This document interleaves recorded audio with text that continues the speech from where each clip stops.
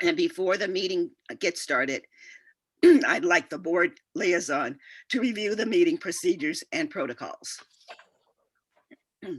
Good morning, and thank you for joining us. I'm this board liaison at Calbright College. You can follow our meeting agenda on board docs. The link can be found on our website, calbright.org, under About Board of Trustees. For attendees who wish to make public comment, use the Q&A feature to address the board for up to 3 minutes. Public comment should be used to address today's agenda. A reminder that this board meeting is being recorded.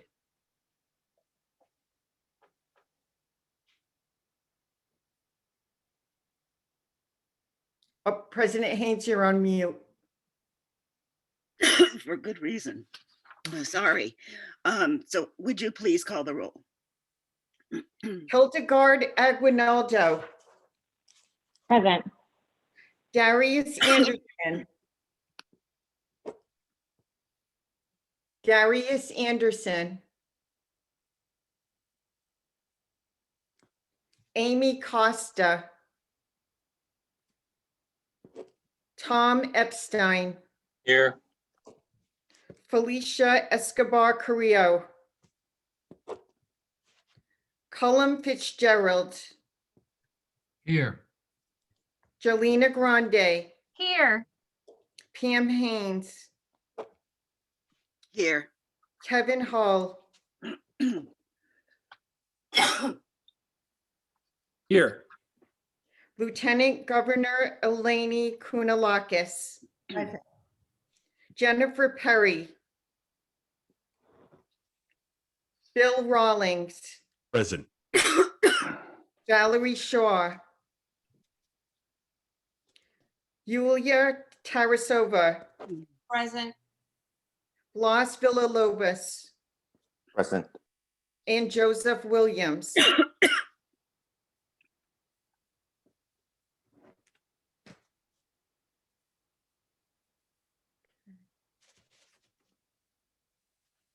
President Haynes, we do have a quorum. Thank you. I just want to note that Trustee Anderson is on too. Correct. And Trustee Williams just joined. So thank you. Because it is Trustees Fitzgerald's one of his last meetings, I'd like him to lead us in the Pledge of Allegiance. Thank you, President Haynes.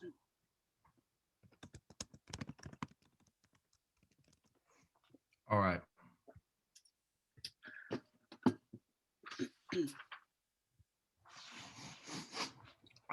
I pledge allegiance to the flag of the United States of America and to the republic for which it stands, one nation, under God, indivisible, with liberty and justice for all. Thank you. This is my opportunity to give the president's report, but given that I have little voice, I'm going to move that our President CEO give her report. Thank you, President Haynes and members of the Board of Trustees. I wanted to begin by laying out the work that has been the central focus of our dedicated faculty and staff at the college. With the board approval of our strategic vision, we are moving forward with those clear and ambitious but achievable goals laid out to meet our mission. We are building an implementation plan that will guide us from where we are today through incremental short-term goals as we work to scale up high-quality programs that serve our focused population. We are also building additional capacity and infrastructure that will allow us to deliver on this mission and continue to improve as we grow. This summer, we are launching comprehensive marketing and outreach campaigns that push towards our tech pathways, including our newest program. A key part of that push leverages a robust network of strategic enrollment partners to reach potential learners across our focused population. You'll be hearing a little bit more about that later in the meeting. We continue to research, design, and validate programs, including some exciting new pathways that respond to urgent state needs.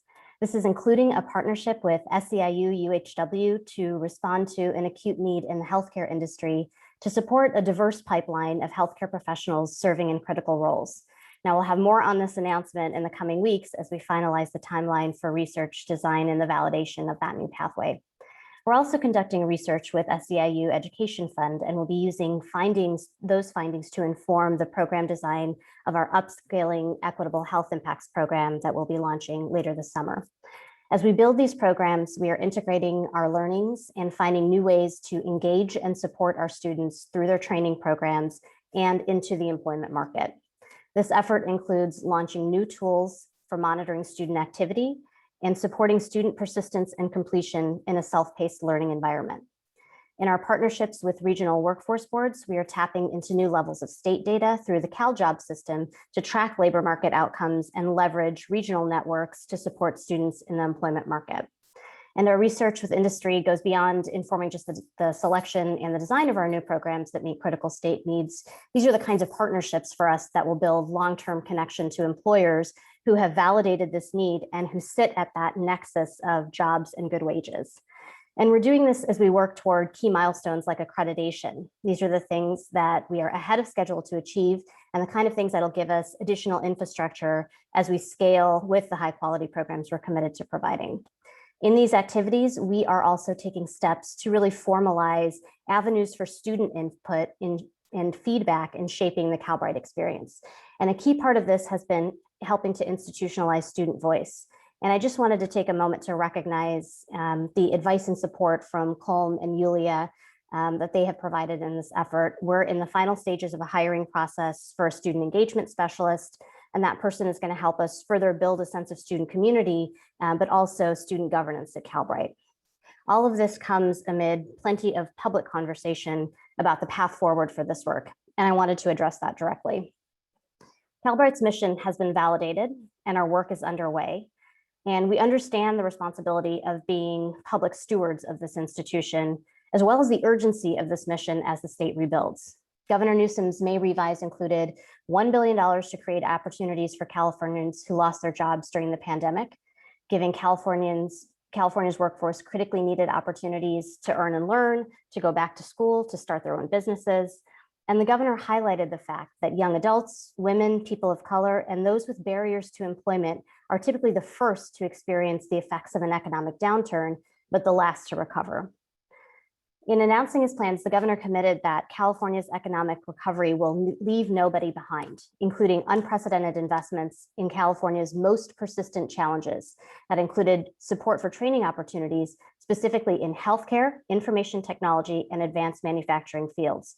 And that's been true for both new workers, but also incumbent workers to address skills gaps in economically disadvantaged regions. This is our mandate. And we have a growing list of partners lined up to support the governor's proposed funding for Calbright, from industry and workforce partners, leaders of other community colleges, philanthropies, policy leaders, as well as our faculty leadership. And I do want to make a note on that last group. There has been a lot of public misinformation about the work of our talented faculty team, and I wanted to take a moment to acknowledge the faculty leadership, including those joining us on this call, and the work that they're doing to deliver high quality programs to population who have long been underserved in higher education. We are centering the student at Calbright, and that's true note for no team more than our faculty. We are breaking down barriers that have stood for generations, and we know that ideas that challenge the status quo in that way will be met with resistance from some corners. But I wanted to acknowledge the importance of their dedication and their partnership in this work and the weight of this public conversation. Every day, our faculty and staff are working to lift up these students, many of whom have had their trust broken with education before and or faced barriers to the training they need to pursue a better life.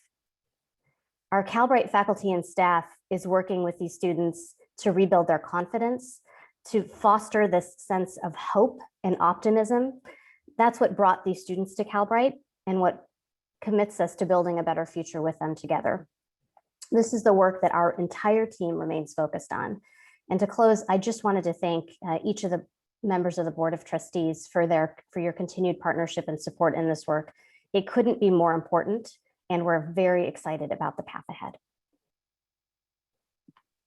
Thank you so much. I'm going to withhold my report to the end of the of our meeting. So I would like to now acknowledge that the board will move into closed session.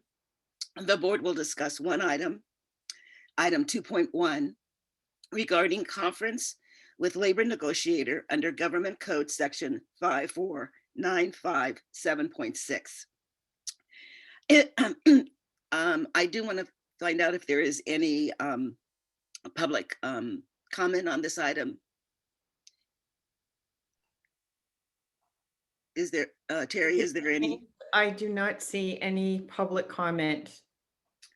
So then let me just say that we expect to return from closed session in approximately 30 minutes. Thank you.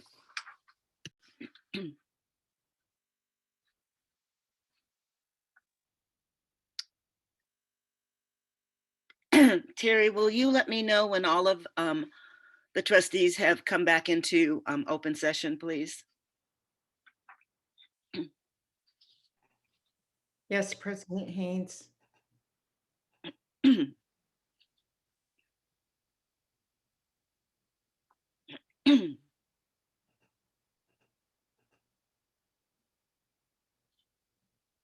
It appears everyone is back, President Haynes. So thank you. The board has concluded its closed session discussion, and the board did not take any actions in closed session. So with that, thank you for your patience. We are going to move to the consent calendar. We now, well, do any trustees wish to remove an item from consent for discussion or for a separate vote?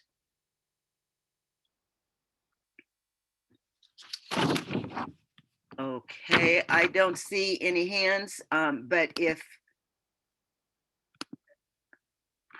okay, all right. So given, excuse me, given that, then is there any public comment on any of the consent items? President Haynes, I do not see any public comment. Then can I get a motion and a second on this item? This is Trustee Grande. I move approval of our consent agenda. Thank you. And a second? Seconded. By who? Trustee Fitzgerald. Oh, thank you so much. I have a motion and a second. Would you please call the roll? Hildegarde Aguinaldo, Aye. Darius Anderson, Yes. Epstein, Aye. Colm Fitzgerald, Aye. Jolena Grande, Aye. Pam Haynes, Aye. Kevin Holl, Aye. Lieutenant Governor Eleni Kounalakis, Aye. Jennifer Perry, Jennifer, Bill Rawlings, Aye. Blas Villalobos, Aye. and Joseph Williams. Aye. Motion has been moved, President Haynes. Thank you so much. Then we're now moving to our action item agenda. The first presentation will be an overview presentation of the transition to technology, course outlines of record for 2 courses. And we have Stewart Knox, who's going to be presenting. Good morning, President Haynes. Appreciate the time. And thank you, members of the Board of Trustees. So as you remember, this is our standardized version for which you'll see all of these are built from. This is our 3rd within the IT components for which we're developing strategies. And with that, this is the network support specialist pathway. With that, we'll go to the next slide. So as we've talked about before, the economic shifts within our economy have been major under COVID conditions, but they had happened pre-COVID, of course, especially in the IT industries. But now that we're seeing the reopening of our economy and people are coming back to work, we're really seeing the demand for employers and skills needs that the trades and within IT specifically on this program really are upon us today. So again, this has created a massive demand. I talk to employers almost every day. And in those conversations, it just keeps over and over about the skills that are needed, especially in the IT components. That will go to the next slide. So as you remember, the new ecosystem and new models for which we look at and develop these strategies. So we build the program that is effective, responsive to the models. We look at as a post-secondary education, have to engage the broader industry ecosystem. And as you remember, we've also talked about information technology, which this one is really a base on, healthcare and advanced manufacturing, and the way that those thread together over time. As we remember, when electronic health records came on board, I'm dating myself, but 15, 20 years ago, the need for IT technology that was developed in those strategies. And that continues today throughout all industries as we move forward. Next slide. So our approach, as you remember, so we really start with the discovery phase, which is really under workforce development.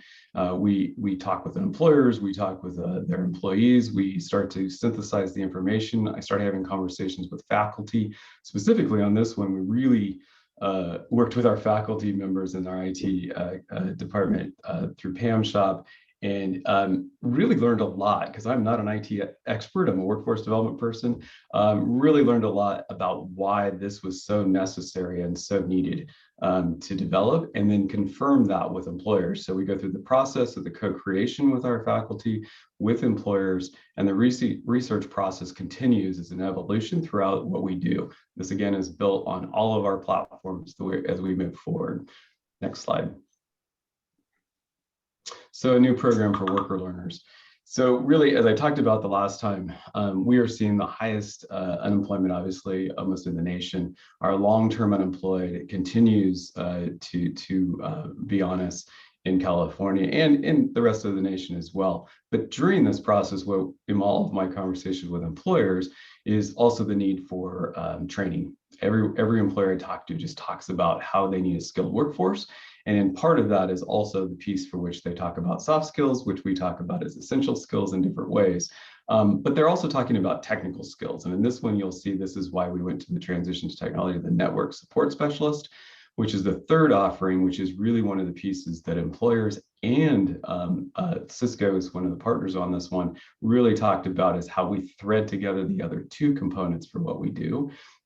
And then we confirmed with the faculty, actually it probably came from faculty more than the employer side on this, even to some degree, but how this really is the network for which we have to have put together to actually have our students successful into employment. Next slide. So again, it's the same principles. Cultivating the growth mindset is important for technical training. Number two, leveraging the community. We've had conversations within community and organizations. This is working with our local workforce boards. This is working with local cities. This is working with state government and having these conversations of how people get into employment. The third is that what we talk about as the soft skills should be contextualized for the job. So how do you take those soft skills and actually have transferable skills, but also build in the platforms? And this one's the technical side, more so on this one, is really talking about how we apply that to a new industry and a new job. And then the practical experience that builds the confidence and how it applies for when they start the world of work. And so this is all developed and co-created with our faculty and with our employer groups and talking to employees and managers, hiring managers. Next slide. So preparing the the learners for work. So again, really talking about this unique approach includes in-depth review of in-demand jobs, as we talk about supply and outputs of certifications, and as we integrate the learning and support approach, that means what our faculty and staff to work together to better reach the students' outcomes. And again, this one really we went in depth with folks around because it was a little more technical than we've had in the past. So this assures that employers and students mastering the skills that college can fulfill the talent needs of their organization. And number one priority for us is to get our students employed. Next slide. This one I will turn to Pam on. Thank you, Stewart. So as we showed before, our building blocks, our Lego blocks, we're really talking about individual skills that we can piece together to create something really special for our students. We always think about the end in mind when we, even at the beginning of the journey. So integrating those career services, Stewart's talking about reaching out to our employment partners and really finding out what they need, but actually bringing them in to talk to our students and having events hosted where industry can come in and engage with our student population. We want to make sure that all of our courses are contextualized, so they're really getting all of those soft skills and technical skills interwoven together, so they're really relevant when they get in the workplace. And then everything leading to industry recognized credential or even an employer recognized set of skills. So really having value in the workplace. Next slide, please. So again, with our little Lego building blocks, we have been talking about our program's transition to technology, and we've been bringing forward different programs that really piece together very nicely. So it's fields in IT help desk, this one that we're talking about today in network support, leading into something that's in cyber. And it's not just about having things that stack, it's actually having things that are interchangeable, and you can add different pieces to really enhance the positions that you're looking for. Next slide, please. Stewart. Yeah, thank you, Pam. So this one, like I said, it was really unique because a typical one, I get to, look at LMID data, I get to look at EMSI and burning glass data, and it's somewhat clear quickly, like, okay, here's the demand, here's the data, and here's how we move forward. This one, because it's so well, not super technical, but it's such a building block for what the students really need to develop their skills to be successful in the workplace. And so we really kind of blended a bunch of different components of this one, but the network specialist is the best and the easiest one to kind of describe. So approximately 17,000 job openings in the state of California with outputs of around 1,400. This is the folks that actually complete certifications, minus an associate's degree in the state systems and even in private post-secondary education. Median salary is around 44,000, depending on the region you're within, and about 65,000 more, usually on the coastal regions. So again, these are the building blocks. This supports the IT support specialist, and it also builds into the cybersecurity type of networking. But this is just a skill that is absolutely necessary for our students to be successful in the future. Next slide. And this one, as you remember, what we show here, these are the opportunities, or on-ramps or off-ramps, I guess some call it, of where jobs are. And so if you look at these, the larger the circle, as the key denotes, is the more the job openings that are within those positions. And then if you look at the diamonds shaped ones, those are the positions for which we need additional technical skills as we develop and put our strategies into place at Calbright. And so these are the places for which, under the IT network side, we are really looking to place employees. And these are the folks that when I talk to industries such as Cisco or the state of California, these are the employer groups. This is who we start to talk about. What are the skills that are necessary for them to be successful? And what would they need to be able to be employed within those jobs? This is the type of jobs that we're looking at. So as you see, there's multiple job pathways, which is great for the students to understand when they're developing their own career goals, is to say, I don't even know what an IT support specialist does, let alone a network technician. And so you start to see that they have multiple pathways to develop those strategies, and our career staff actually develop those strategies as they move forward. Next slide. And Pam, I don't know if you want to talk about that one. Sure, I can talk about this.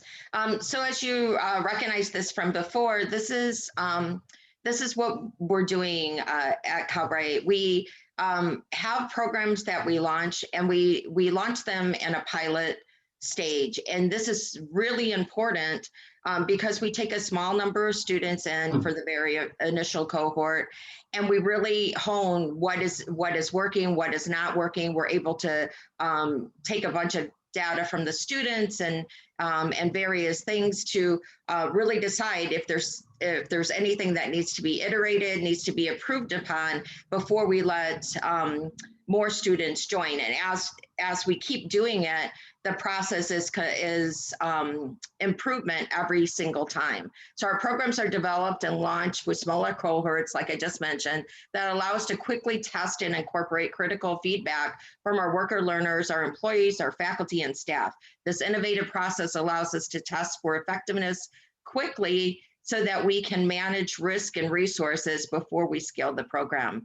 We began doing this with our first transition to technology program, and it's proving to be really beneficial for everybody in the college, and especially for our students. Next slide, please. So for our new program that we're introducing today, Transition to Technology, it's part of that series that we have. And this one is Network Support Specialist.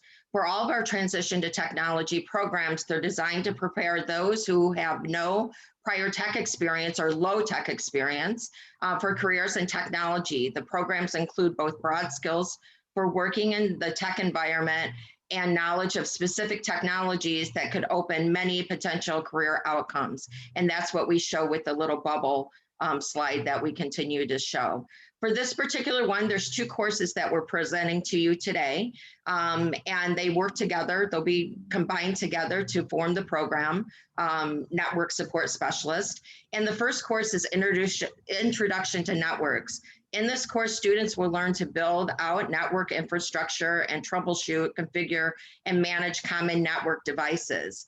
As Stewart mentioned in one of the slides as well, we've learned from our talks with the employers, the hiring managers, the employees, also from our faculty, that it's very, very important for students to have a hands-on component when they're learning these technical skills for IT.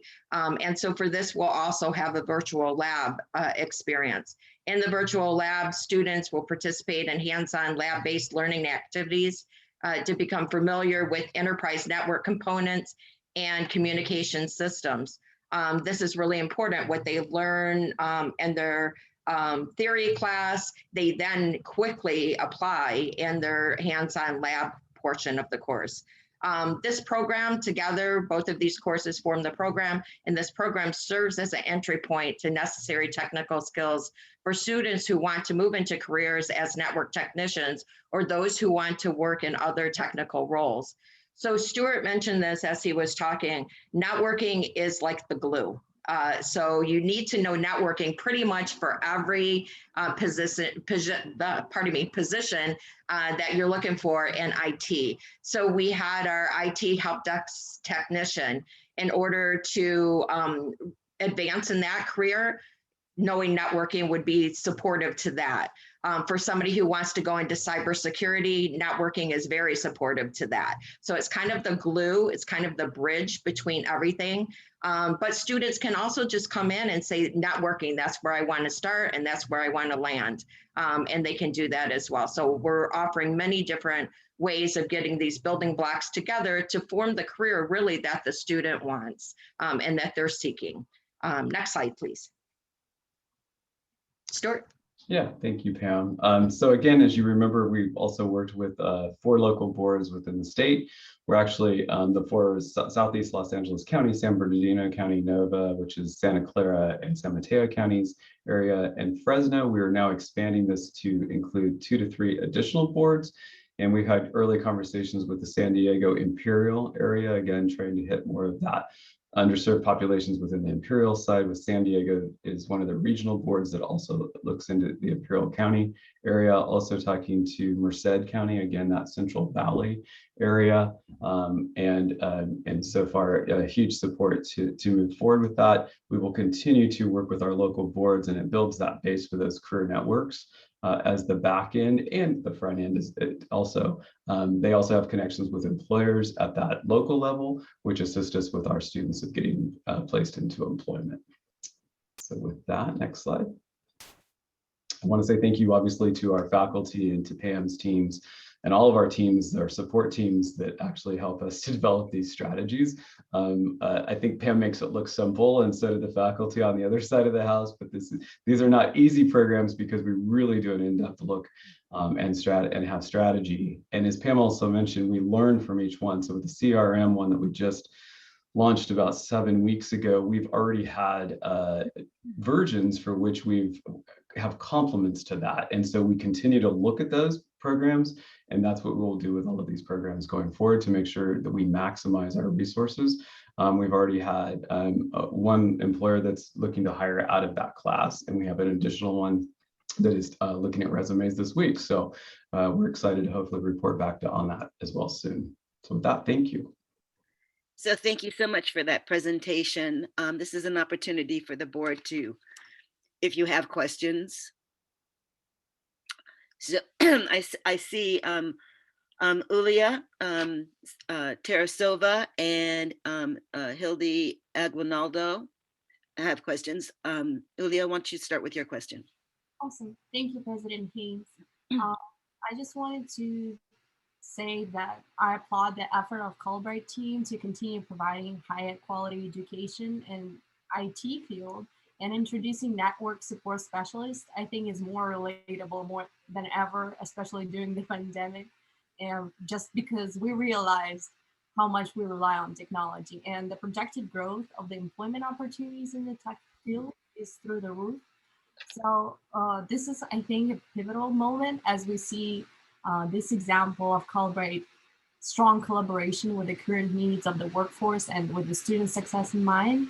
Particularly myself as a computer science major, I was really happy to see a separate lab class as well as the projects being one of the main methods of evaluations, because truly there is no better way to learn than applying the knowledge.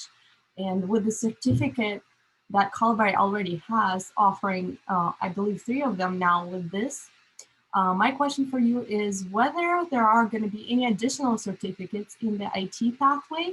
And I know you talked about the building blocks and how the student can choose which classes they want to take, but I'm wondering if after taking just this network support specialist certificate, are they able to connect with the employees and find the employment opportunities as is?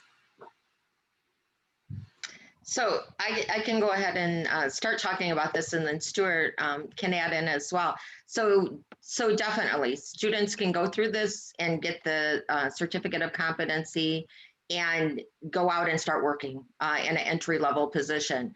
And then we have the opportunities for them to continue, and if they want to advance in their career, if they want to move to a different area. So that's where the building blocks really come in. It's not that you need every one of the building blocks to be able to get the job. It's that you can get the job with whichever building block you start with. But then if you want to move and pivot and go up or go sideways, you're able to do that because we're having a lot of different options. And so to answer your question, yes, we'll continue with transition to technology and really looking for what is really needed. And that's Stewart's area right there. And he can speak to that as well. Sure, thank you, Pam. Yeah, absolutely. So this is where we start to learn, as Pam said, this position or this certification is really some of the glue. And you being a major in that, you also know that as well.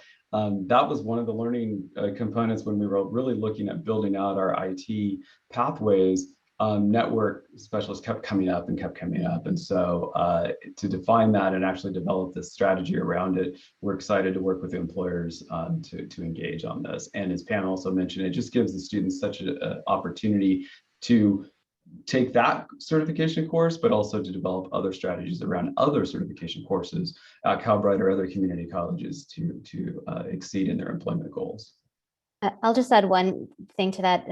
Iulia, you asked the question of, so are you thinking of other IT programs? And the way that this has been emerging, IT, sort of directly on the support and network side has been the most direct example of it.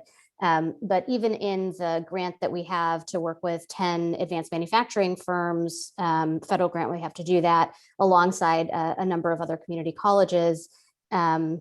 What we have realized there is across so many different industries, there are IT components. And so when we think about IT, we're thinking about it in that expansive way. What are the skills that are needed across multiple different types of industries? Where are those skills in common?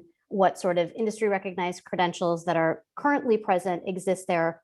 and or what are sort of some of the upskilling things that have a technology focus that are suited for this modality and that also provide an important entry point for the populations that we're talking about. So thinking about where folks are starting out as a way of thinking about with intention what some of those new programs might be. And the labor market research and also the contextual conversations and work with industry, the conversations that we have with frontline worker organizations, those are all really critical information pieces that help direct us in the direction of both what new programs to go in, but also what markets our students might be well positioned for. Thank you. We have Trustee Aguinaldo, and then after that, Trustee Epstein and Grande. Thank you very much, President Haynes, and thank you, Stewart and Pam, for such a wonderful presentation. I find the standardization of these presentations to be very helpful in understanding all the different programs you're offering. I want to go back to slide 10 that has the map of the ratio of job postings to certificates awarded in key regions in the state. And I wanted to know from you guys how you envision the future state of this map, because the demand in that particular region probably crosses regions because we're offering virtual programs and hopefully allowing more remote workers to work in that region.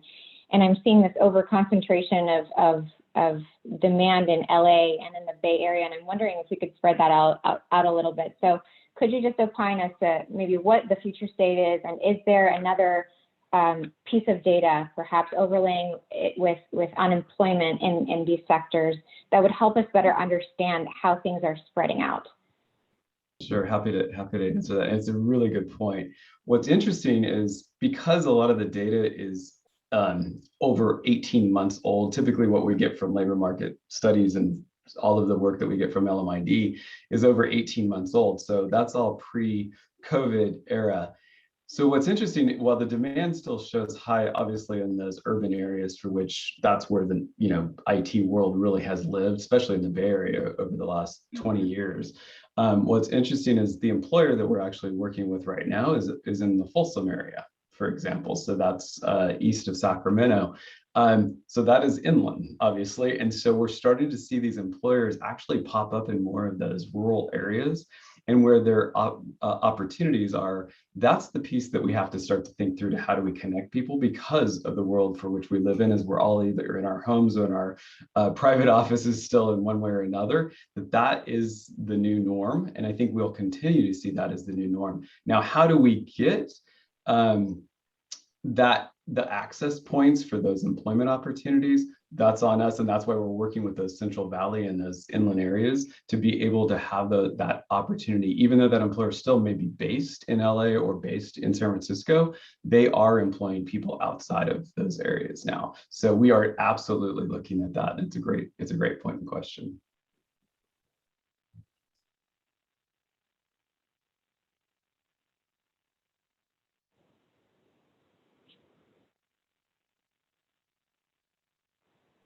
You're on mute. Yeah, go ahead. Okay. First of all, I think these course outlines make perfect sense, and I'm glad to see it. You guys alluded to cybersecurity on a couple of occasions here, and as I think we know, there's been some public discussion of our cybersecurity program and whether what we're offering is actually leading specifically to employment without a four-year degree. And I was wondering if you could address that issue. Sure, I'm happy to. And it's also a great question. Coming from where I used to sit as the Undersecretary of Labor, I would counter that there is absolutely a need for cybersecurity programs outside of a four-year degree. And there's several studies that were given out that showed that when you speak to employers, they only about 40% actually said, or less than 40% actually said that they were necessary to enter into the cyber security field. And so, we can point to several different studies around that. But in addition to that, on a national level, state of California, obviously, but on a national level, and our president spoke a little bit about the Cadence Grant that we have through Department of Defense. That actually started as a project for cybersecurity needs. And previously, in the Brown administration under Office of Planning and Research, that's where that grant initiated from, was to really beef up training services. And then in that study, there were over 35,000 job openings with an output of under, like, I think it was like 5,000 at the time. That has increased a little bit over time, but mostly in the private post-secondary world, very little in the public education system. And what we're also seeing, as especially with COVID and everything else that's taken place, is we are now all online in one way or another. The need is just growing exponentially, and the employers also changing their direction. The ones that did say, "Hey, we need a 4-year degree, and nothing else matters to us," they're actually in those conversations talking about 4-year degree is no longer necessary. Do they have the skills to do the job, and are they ready to go to work today? So it's really changing the way that we look at this today.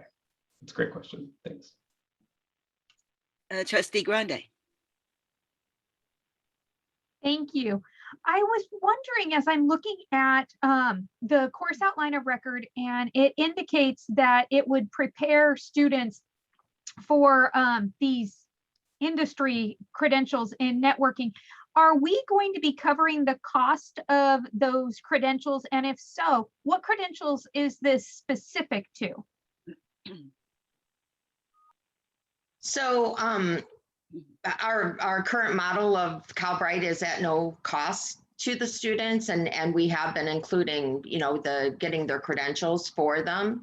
And for this particular one, we're looking at Cisco certification for networking, but there's also CompTIA, the availability to get networking and CompTIA. So there'll be several options for the students to pursue. I think I heard those certificates linked to another series of pathway as well. So is it additional, like higher level CompTIA certification, higher level networking certification, or is it all at the same level for which all of these classes are preparing students for the same level of network certification? Yeah, so it is at that entry level of networking, and it's a different credential than what has been offered in the other pathways, which is specific to networking. So not support, not help desk, not cyber. This one is specific to networking. How many total certificates, if a student were to go through the entire program pathways that we've developed so far, how many industry valued certificates could they potentially leave with? 5, 8? That is a good question. And let's see.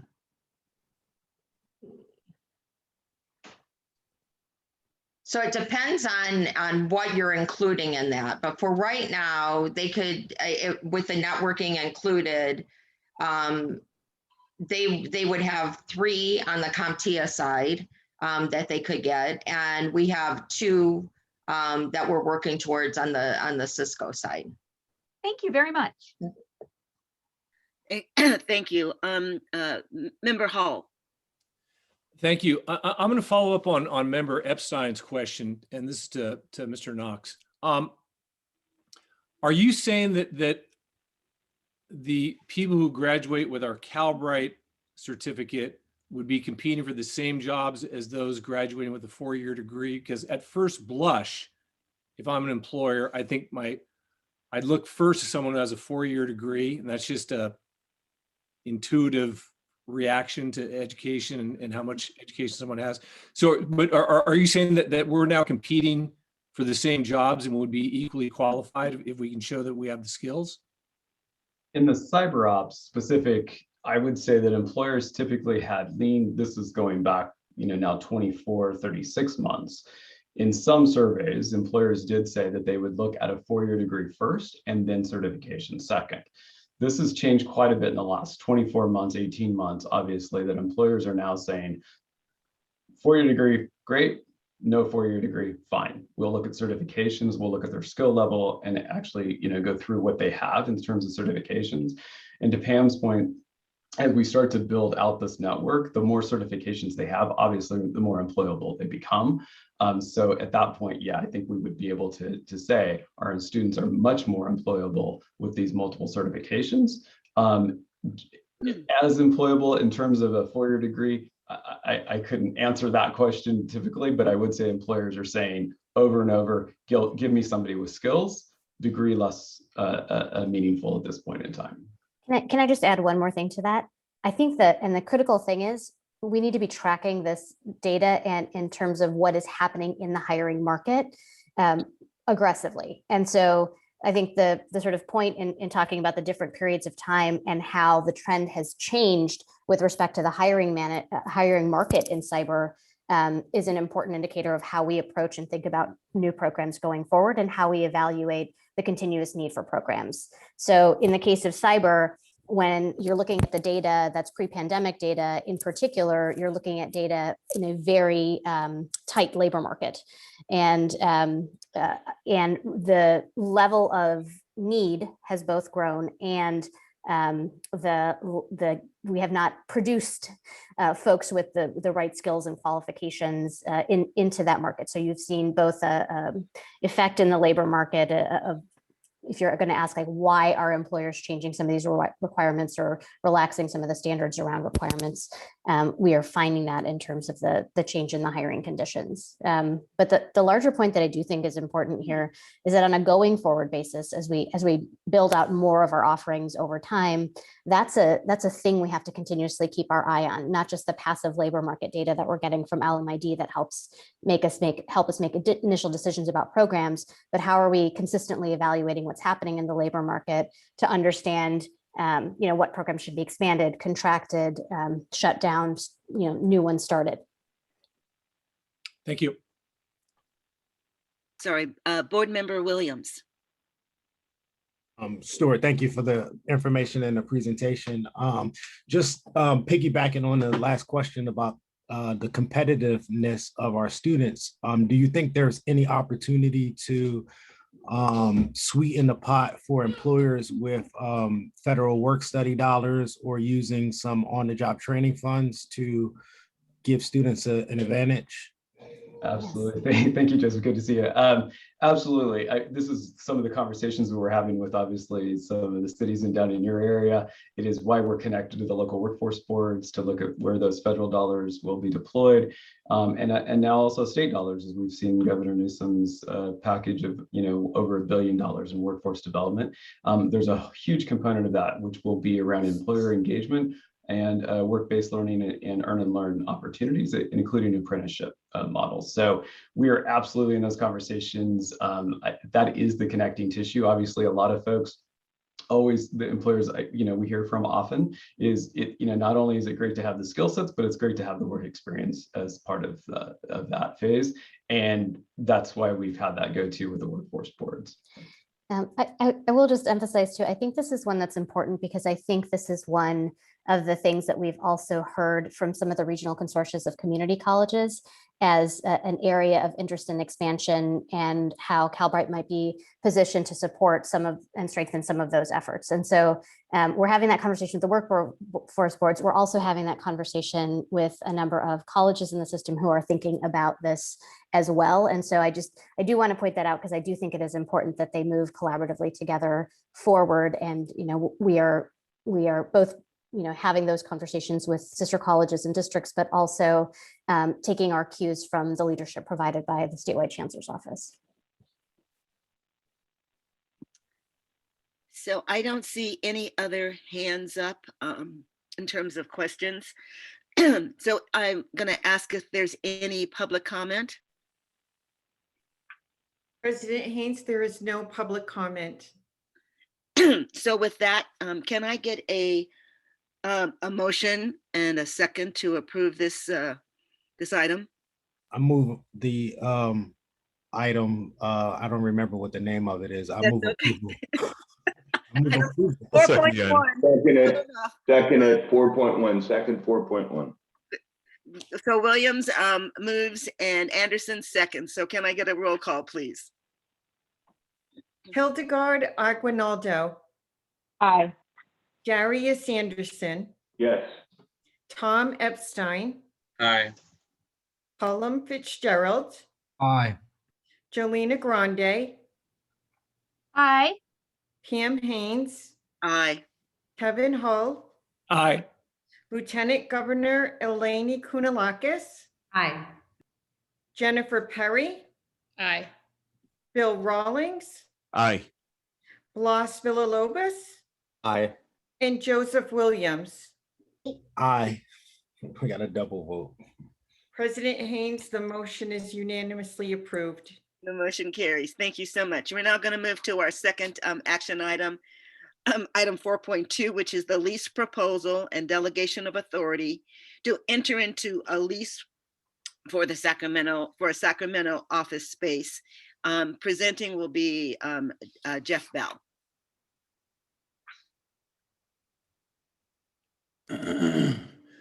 Good morning, Madam President and trustees. As you recall, last year we quickly pivoted around our office space needs and are now moving towards a more place-based approach to establish some roots for Calbright. Now, of course, earlier, given the pandemic, we acted judiciously since we wouldn't be working in an office for a period of time. However, now we feel it's an appropriate time to explore dedicated office space. It's also become more apparent to us that we need a continued strong presence in Sacramento.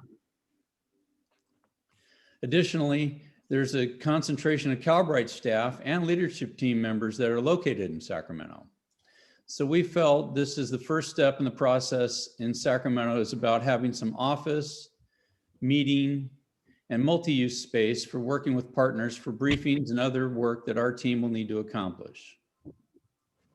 And as we think about space, we're being very mindful of the stage of growth we're in here at Calbright, the space we need to do work as a college, and around our need to expand our reach.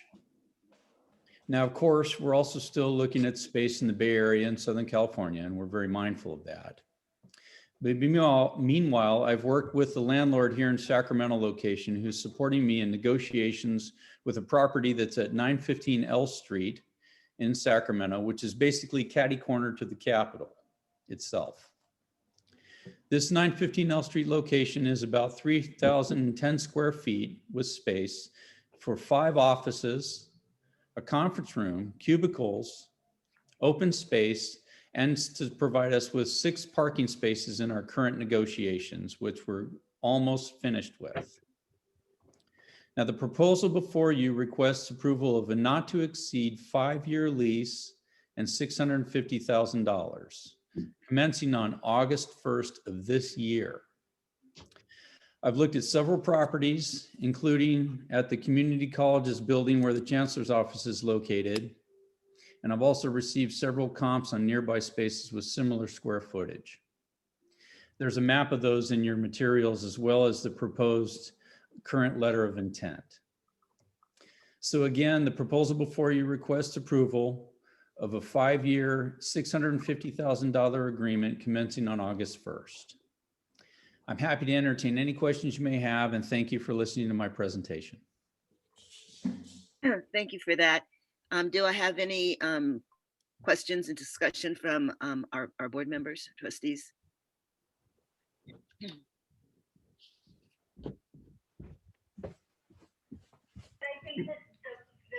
Madam President. Oh, yes, please. Sorry, I thought it'd be easier just to raise my hand than to find the hand button. I just wanted to ask how the allocation of this expenditure is consistent with our overall budget planning for the year.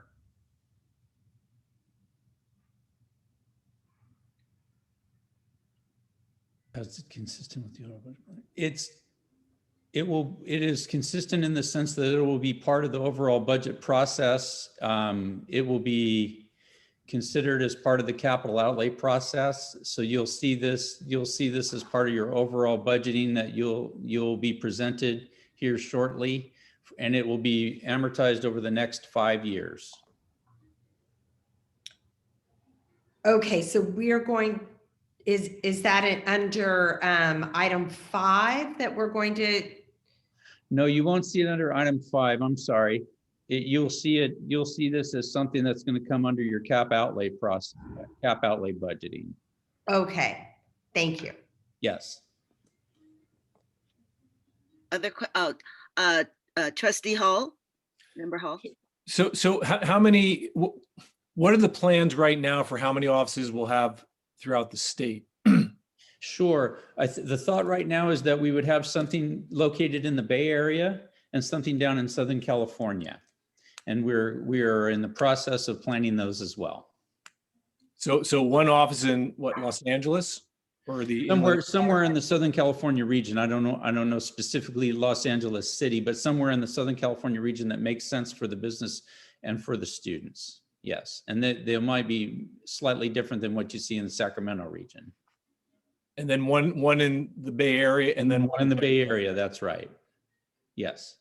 Okay. The one thing I'll offer, so we are in the early exploratory discussions around looking at space going forward beyond, just having our sort of administrative headquarters in the Sacramento area. The other thing in that discussion that will come to factor is you've noticed that we have pushed ourselves towards focusing on key regions of the state that have high need. And when we get into the conversation around outreach a little bit later in the meeting, we are evaluating how we also might show up with co-located opportunities with some of our partners in key regions in the state as well. And so, I think the desire is not to have campuses everywhere or anything of that nature, but to have small physical presence that are cost effective, can be well maintained, but that speak to areas where there's both concentration and a need from a workforce perspective, and also in terms of places where an on-the-ground presence will be important to some of the partnership building and support work that we need to be doing going forward. And then one follow-up to Jeff. I know at least in San Francisco, the commercial real estate prices have really dropped because of COVID. Is it the same in Sacramento, so that this is a really good time to enter into a lease? And if so, is it a good idea to get a 5-year lease with a 5-year option or something like that? This is a great opportunity. We're finding that this is a great opportunity for us. It's also a time where things are moving. So this is a great chance for us. We're seeing properties. We had several options, and this was the best one. And there's a reason to negotiate right now. So we're seeing chances. There was options for us to be in a great location as well. So we kind of saw this as a great chance for us. I don't know that we've seen these kind of opportunities come this quickly, but we're also seeing things move. So yes, that's the long answer to your short question. Okay. Judith, this is Darius. Go ahead, Member Anderson. Thank you. Quick question with regard to where the governor's current policy for in-person meetings, because I was talking to the chancellor the other day on when we all may be able to get back together, and he was saying potentially September. Are we going to get this office space and then have it sit empty for 2-3 months before the governor's office allows us to get back together? We won't, the date that we're planning to be open, Member Anderson or Trustee Anderson, is August 1st. And so we're going to get it opened, and we're going to be several of us are going to be coming down there on a regular basis to start establishing that presence. So you'll see the offices not being empty. You'll see a presence down there almost immediately, and making people aware of our availability down there. And so that anybody coming down into the area will know that Calbright has a presence in the region. Obviously, we're still an online presence, and people know that, but they'll also know that if they needed to contact somebody or they had a question, they could see somebody down there if they needed to. And anybody at the Capitol could have a meeting with us anytime they'd like. Okay, great, thanks. Absolutely. Are there any other questions from our trustees? I don't see any. Correct me if I'm wrong. No corrections. So is there any public comment? President Haynes, there is no public comment. With that, then I would like to entertain a motion to approve and a second. So moved is Darius. Anderson moves. Can I get a second, please? Seconded. Fitzgerald seconds. Thank you so much. Can we have a roll call? Hildegarde Aguinaldo, Aye. Darius Anderson, Yes. Tom Epstein, Aye. Colm Fitzgerald, Aye. Jolena Grande, Aye. Pam Haynes, Aye. Kevin Holl, Aye. Lieutenant Governor Eleni Kounalakis.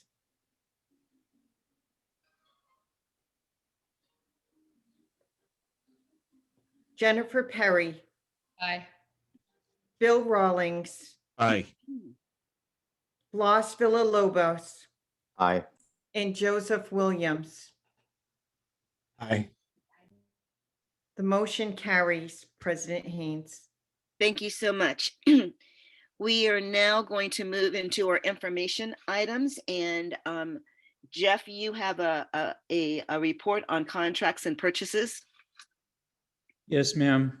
Thank you, Madam President. There are two items on here for you. The first is the contracts and the contracts executed. There is a total of $739,899 on here. The first are some that did not come to you in March. That is oversight on our part. I apologize for that. One was a amendment and 5 were new, total of $296,299. The second one, turning to April, was for a total of $443,600.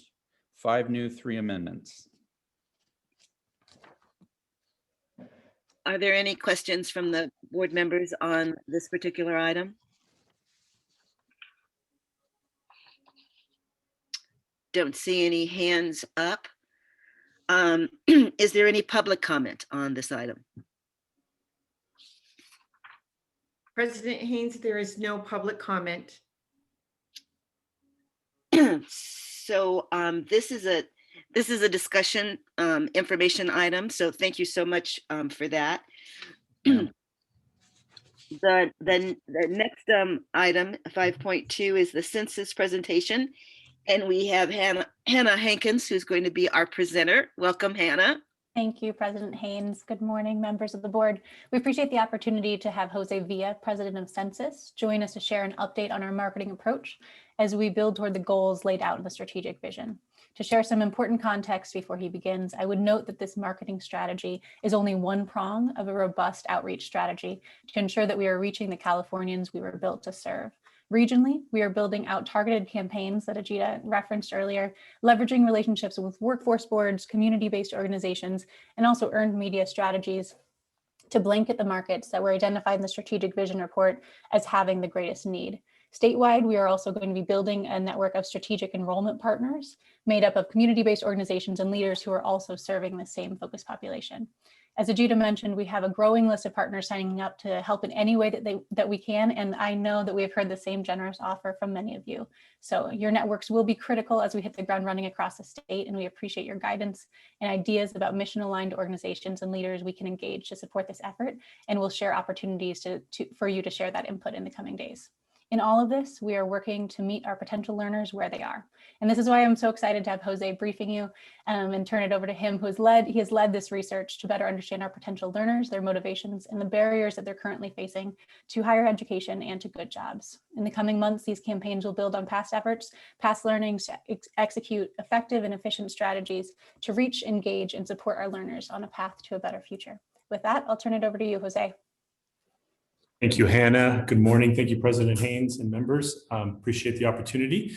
So I wanted to provide the board with an update on Calbright's marketing program and sort of current state of affairs as it relates to marketing. So on the next slide, please.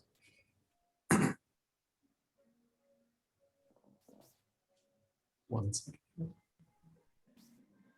Perfect. Oh, sorry. There we go. Great. So, so this is where we are at in our marketing journey. This is the third time I've met with the board here, and just kind of wanted to lay out where we are in our marketing journey.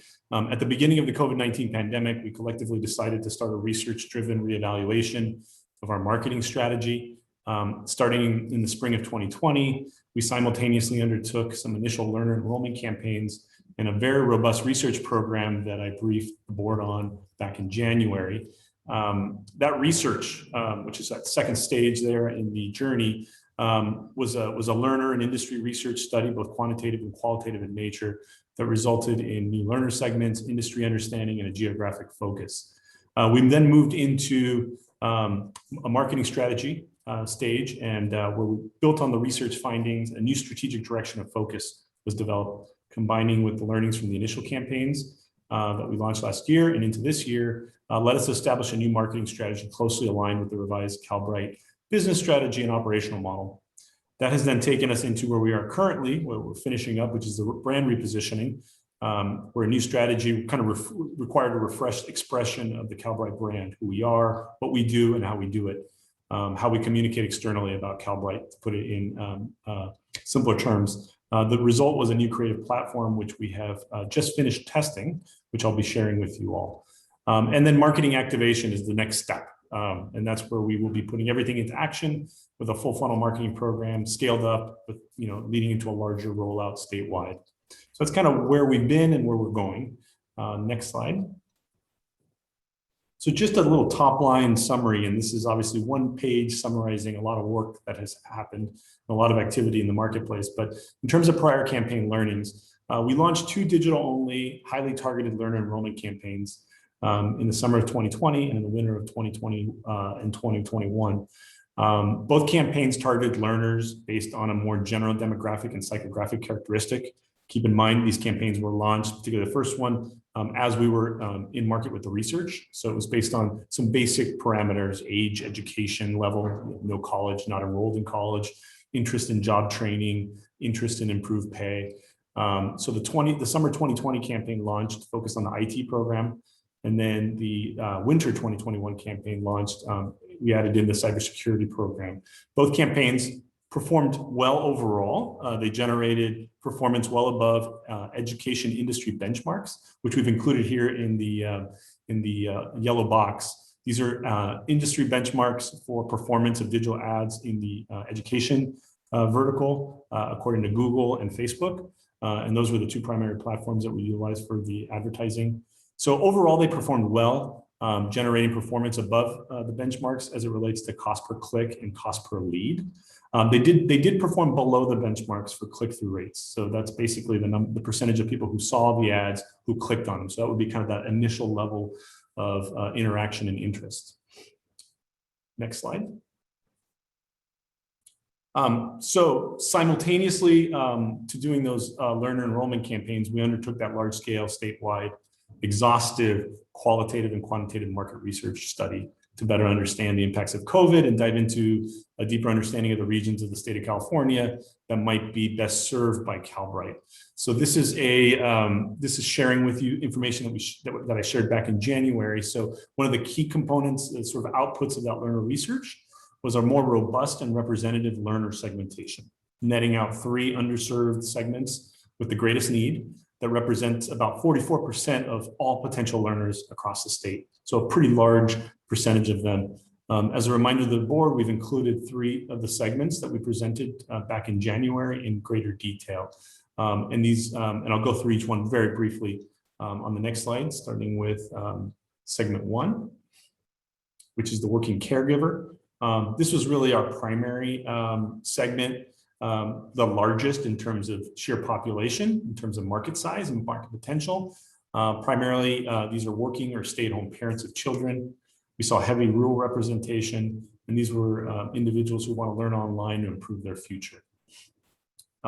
Segment 2, which we initially called the aspiring professional. We've since renamed that segment to the working in vulnerable industries, which will be familiar from the Calbright strategy. So this segment is the second largest segment, skews more male.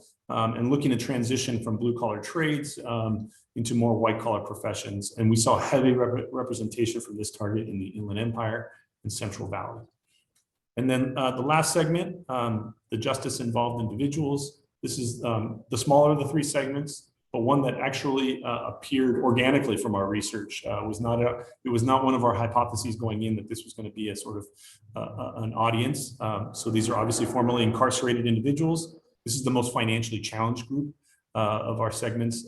Tends to be older and also heavy rural representation as well as in the Central Valley. So those were the three segments that came out. Really important that we sort of established a really deep understanding of who our target learner population is. And then on the next slide, this is also just a recap of information that I shared back in January as well. Our research uncovered differences among rural, Central Valley and Inland Empire and coastal and urban learners. These regional differences and prioritization is really a key pillar of our marketing strategy that aligns directly with Calbright's analysis and understanding of county level population trends in terms of addressing the largest concentrations of individuals with that sort of are both dealing with unemployment as well as lack of college education. So that map on the right really maps directly to what we saw in the research in terms of our core target regions that we're recommending, particularly with an emphasis on rural and then the Central Valley Inland Empire regions. So jumping to the marketing strategy. So this is where coming out of all the research, the learnings from the initial campaigns, we combine those two to fuel sort of a new marketing strategy. And this new marketing strategy closely aligns with the revised Calbright business strategy and operational model.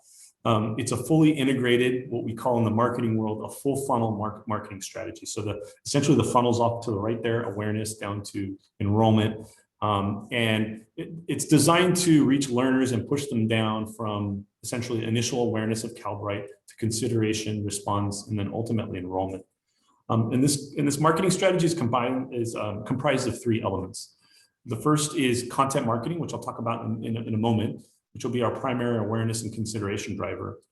Targeted program enrollment campaigns. So basically doing larger scale versions of what we did in 2020 and 2021, more robust statewide enrollment campaigns, including expanded offline media channels, which will cost effectively drive response and build our database of prospective learners.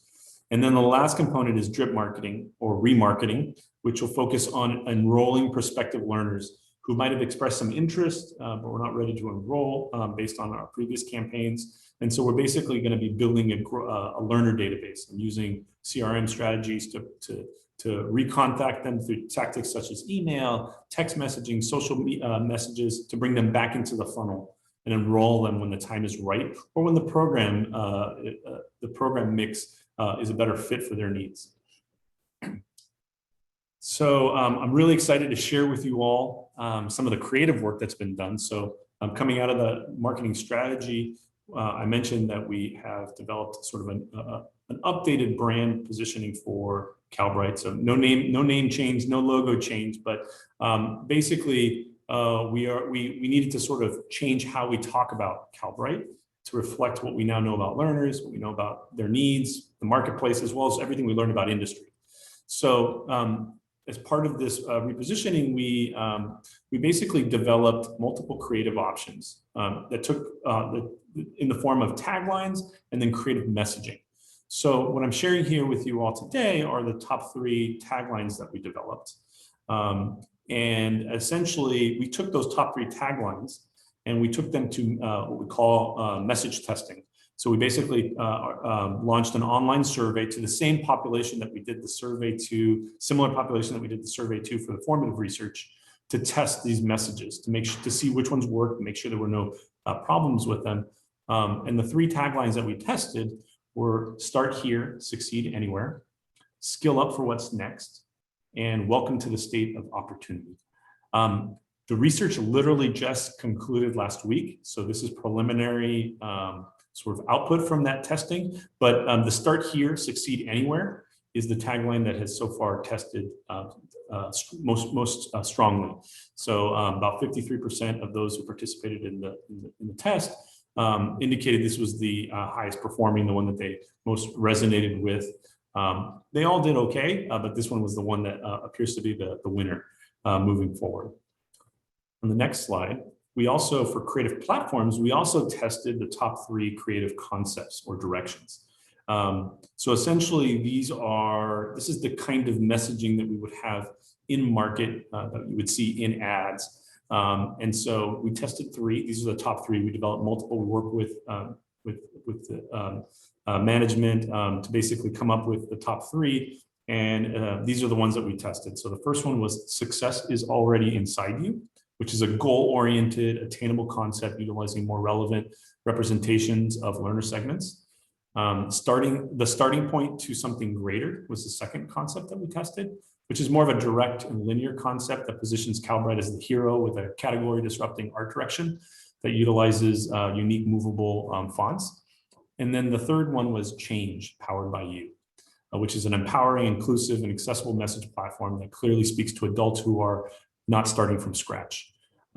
So the results here were a little bit more even from our testing. They all 3 performed really well. It appears that success is already inside you tested slightly better than the other 2, but the other 2 did test well.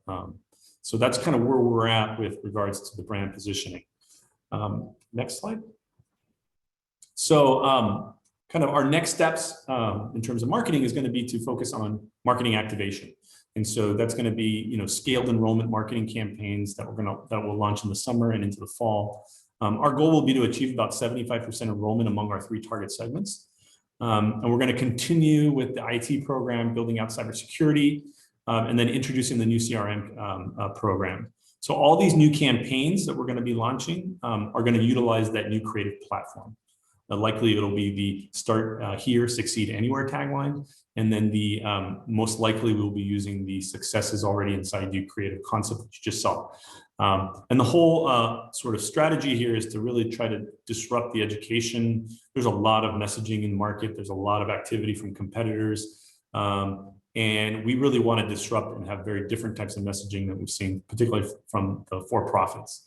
We're also going to likely move beyond digital marketing, which is all we've been doing up till this point, and test a variety of media tactics in priority markets, such as out-of-home, bus shelters and kings, influencer toolkits, prior to a larger rollout statewide. And then these enrollment campaigns are going to be focused on driving enrollment, obviously, but they will also power our drip marketing and remarketing efforts. So for those individuals who are not ready to enroll at that moment, of these campaigns being in market, we're going to continue to build out a database of potential learners that we can remarket to in the future. Again, using some of those tactics like the email I mentioned. And then last but not least, content marketing. So this is a concept that we wanted to introduce you all to. So we are planning on launching a large-scale content marketing program as our primary awareness and consideration driver. If you remember from the research that we presented back in January, there's very low awareness of Calbright among our target learner population, not surprisingly. And so awareness is a key first step, right, to driving consideration and enrollment. Traditionally, awareness in the marketing and advertising world is driven by broadcast paid media, but that's expensive. And that is also kind of that's where a lot of our competitors in the for-profit world are spending very large sums of money. And so content marketing kind of provides us the same value, but more cost efficiently. And so we're recommending to utilize content marketing as our primary awareness driver, utilizing high quality, engaging content to engage learners, to drive them from considering job training and education through content, such as things like blog posts, explainer videos, listicles. If you're not familiar with that, that would be those top 10 reasons to get a certificate, or these are the kinds of content that's very popular online, as well as social content, things like memes, etc. So our content would be powered by a lot of the research that we've already done, the curriculum, as well as evolving market trends, particularly California-specific trends. And our goal here is really to do something sort of outsmart our competitors without trying to outspend them. Because in the paid media world, the only way, we're not in a position to try to outspend them, nor would we recommend that. And we think we can be more effective and sort of utilize this blue ocean strategy of content marketing as our primary awareness driver in conjunction with the the enrollment marketing campaigns that are very direct response in nature. So that is where we're at. Happy to take any questions and discuss further. Thank you so much for your presentation. I see two hands up. I'll start with Member Holl and then Member Tarasova. Great. I just have a point and two questions. One is, for what it's worth, I do like that "Start here, succeed anywhere" tagline. That's catchy. I think that's a good one. But my first question goes to the slide right after that one. You're talking about the starting point to something greater, and you have the sub points of Calbright as the hero, and it's ownable by Calbright. Is that something we're putting in writing to students, and what's that mean? No, those are internal. I see. Okay. Yeah, proof points. Yes, that is not sort of publicly facing. That will not be in any of the ads. The starting point to something greater potentially would be language that would be public facing, but it's really a concept. It's a creative direction, so the wording would potentially be different. But definitely those bullet points and the rationale, that is not going to be in any ads. It's not going to be out. Good. Okay. Then here's my next question, and I don't want to beat a dead horse, and maybe it's too late to even do this, but it's what I brought up before. I just want to make sure that our name, Calbright, is appropriate and the best name we could be using. And I fully recognize it might be too late to make any change, but we've talked about mistakes made by the prior administration, and that name did come up in the prior administration. And I note that you just said that there's very low awareness of Calbright out there, so we have to, publicize it more. So my question is, I mean, is that the name we're going to stick with? Is it still early enough in the ball game where we could make a change if we wanted to? And the question I had at the last meeting was, our competitors have the words college or university oftentimes in their name. And if we don't have that same connection, do people automatically think higher education? Or do they think it's a product? Calbright is some type of pharmaceutical product as opposed to a college. So I just want to make sure that we're all on board and agree on that. And if there's any change that should be made or can be made at this point. I appreciate the question. I can start here. One thing that we have seen is the tie to the California Community College system is very helpful. And we found that in the research, that was something that potential learners responded to. So you will see in every one of those final slides that you also have, a part of the California Community College system. I would look to President Menon more broadly, but we are not seeing negative feedback on the name right now from these potential learners and from the research in the field, at least. But I would let her speak to the broader question. And I think you're on mute. Oh, you're on mute. I think where we are now and what we're driving towards now, there's enough to build on, and we haven't seen any sort of negative effects from the current name and anything related to that. So I think, the push to link us to the branding and positioning of the California Community College is important. The emphasis on public has been important, and the voice and amplification of trusted voices and partners becomes another critical way in which we sort of are positioned to establish our brand.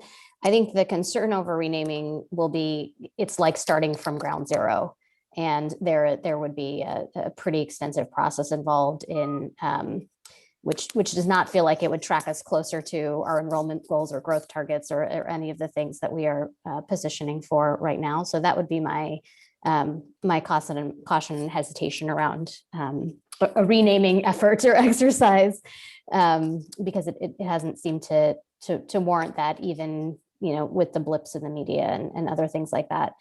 The other thing I will just sort of mention is there is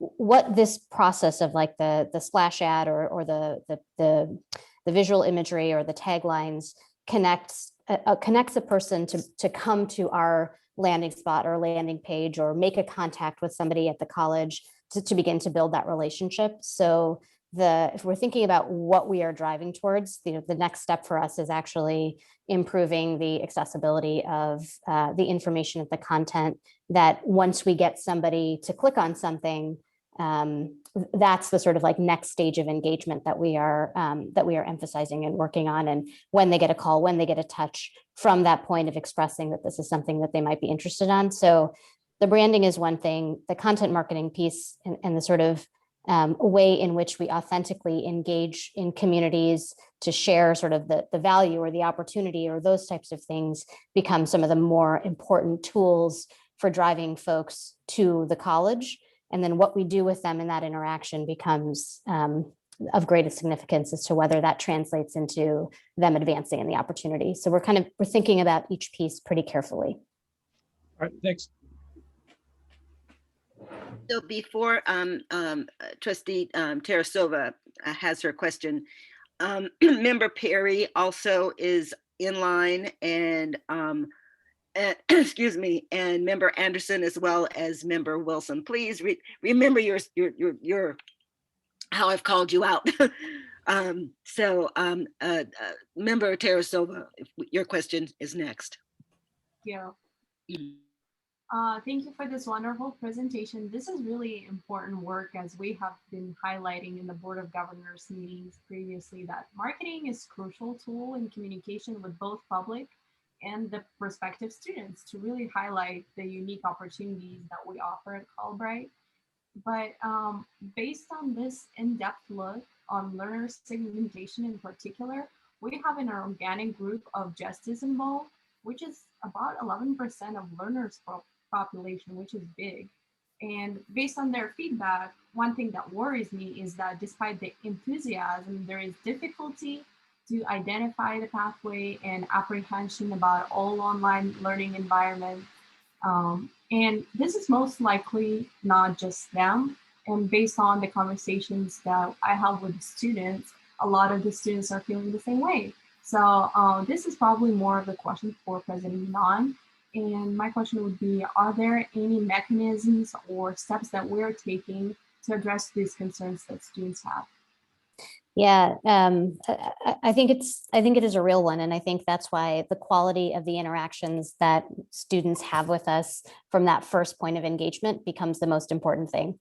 We're not automating that process, right? The bringing somebody and having them see something and have them connect it with our institution in a way that allows us to engage with them. That's the sort of step we're talking about here, not a substitute for sort of a continued direct touch. So the team that we have on the staff side that's involved in welcome services sort of takes the interest that folks have in the institution, or the curiosity that folks have to the institution, and do direct outreach to it. So Hannah mentioned earlier, and she can talk a little bit more about this. This is one component of what we do, and this is the way that we are cost effectively instrumenting to be sure that we can penetrate through all the noise that is in the higher education provider marketplace, especially the onslaught of advertising coming from for-profit colleges. But it is not a substitute for the actual work that we do with students. And it's an important point of emphasis. And maybe Hannah, you can talk a little bit about where you're driving a lot of the on-the-ground outreach activity, and especially as things open up, how that helps sort of build the confidence that individuals have that this is something and an opportunity they can see themselves in. Yeah, I appreciate that. And I do think the reentry population in particular is one of several that we've identified that we need to do more learning about, that we need to make sure, especially for these populations with distinct needs, that we are coming really with a kind of a learning and a respectful humility in saying, let's make sure that we are understanding through other organizations who are serving these populations, what are the best practices? How can we make sure that when we are partnering with them, that we are doing that in a way that is to that standard of best practices. So I think with reentry population and several others, we will be doing additional research. But I think those trusted voices within the communities, within reentry or within different populations within our focus population, it's building trust there. So we have these workforce boards, for example, who already have a trusted relationship with regionally those populations of working adults who may have been out of the labor force for longer. We are developing tailored materials for those workforce boards that they can then use. We can co-brand with them, and they are the ones having those direct conversations. So how can we leverage those build those trusted relationships so that we can kind of share that mission to serve those populations? But as Ajita mentioned, we are also looking at new opportunities to use our welcome services teams to put them in information sessions, to do open houses, to how can we reach these populations where they are and create more opportunities, find transit hubs where our population is, and really make sure we have a physical presence, especially in these regions where we've identified a high need. So we are boots on the ground, really want to explore this, but want to do it in a way that is really respectful to the different needs of these populations. The last thing I'll say is this is a growing conversation I'm having with a number of other colleagues in the community college system, because where we are seeing enrollment loss in the system is around the same populations of learners that we are, eager to better connect to, either to find support, drive support resources to, those kinds of things. And so, there's been an interest from some sister colleges in doing some of this exploratory work on the marketing side together, so that it can actually be beneficial for folks who are trying to meet local campus equity goals, and how we might use the testing and the research that we do here in ways that can be shared and can be beneficial to a lot of colleges who are struggling, particularly with equity populations during this period. I think I'm next. I just remembered that I came before Trustee Anderson. Yes, so in terms of, I was thinking based on our earlier discussion, maybe we just add a tagline to Calbright, which is Calbright wasn't built in a day for certain other audiences that we need to appeal to. I really like this campaign a lot. The slogan's great, start here, succeed anywhere. And the digital approach as well. I've done a lot of work in recruiting foster parents through digital campaigns. And that's also a difficult, as I call it, kind of priority shifting decision that you're asking people to make, priority shifting and life changing. And digital campaigns work exceptionally well from that. And as I think you already know and pointed out, it's all about the follow-up. Once you pique that interest, the engagement, the continuing engagement is, I'm telling you, we already, and President Manon, you also touched on what my last point was when we were talking about the fact that some of the connection to the community college overall was beneficial in terms of Calbright's positioning. And it made me think of how can we mine that and in turn perhaps use some of these elements, or even, I don't want to say combine, because right now you're busy, marketing and positioning Calbright, but it seems to me there is something in that, in mining this research and using it to expand the broader brand appeal, which we obviously need to do right now, because at the community colleges level, the enrollment drops have been precipitous, to say the least. And again, it's some of the same challenges that community colleges overall better against those for-profit colleges. So I'm hoping that maybe on the Board of Governors, we can, talk about that. My Board of Governors colleagues and I can sort of bring that up and talk about that, because I think it's important. And frequently in this world, marketing is a dirty word, and it shouldn't be. And particularly now, we have a absolute charge. We need to engage in persuasive marketing strategies that are getting people to rethink what the brand is and how it can help move them, into this new economy. So there's a lot contingent on this. And thank you for setting a path forward that I think has some real interesting ideas, benchmarks, and strategies that we may be able to adopt at the broader community college level. And that's the end of my TED Talk. Thank you. This is Member Anderson. I had a quick question. So I own a newspaper, and we actually just established a foundation, and we're looking to go ahead and support journalism because it's a dying trade within our geographic area. And I'm going to reiterate, very, very small area, Sonoma County, and parts of Napa County. And so we've just done a survey with, high school students to look at, folks that have an interest in journalism and what is the biggest challenge to them. And the number one factor that came back to us is cost.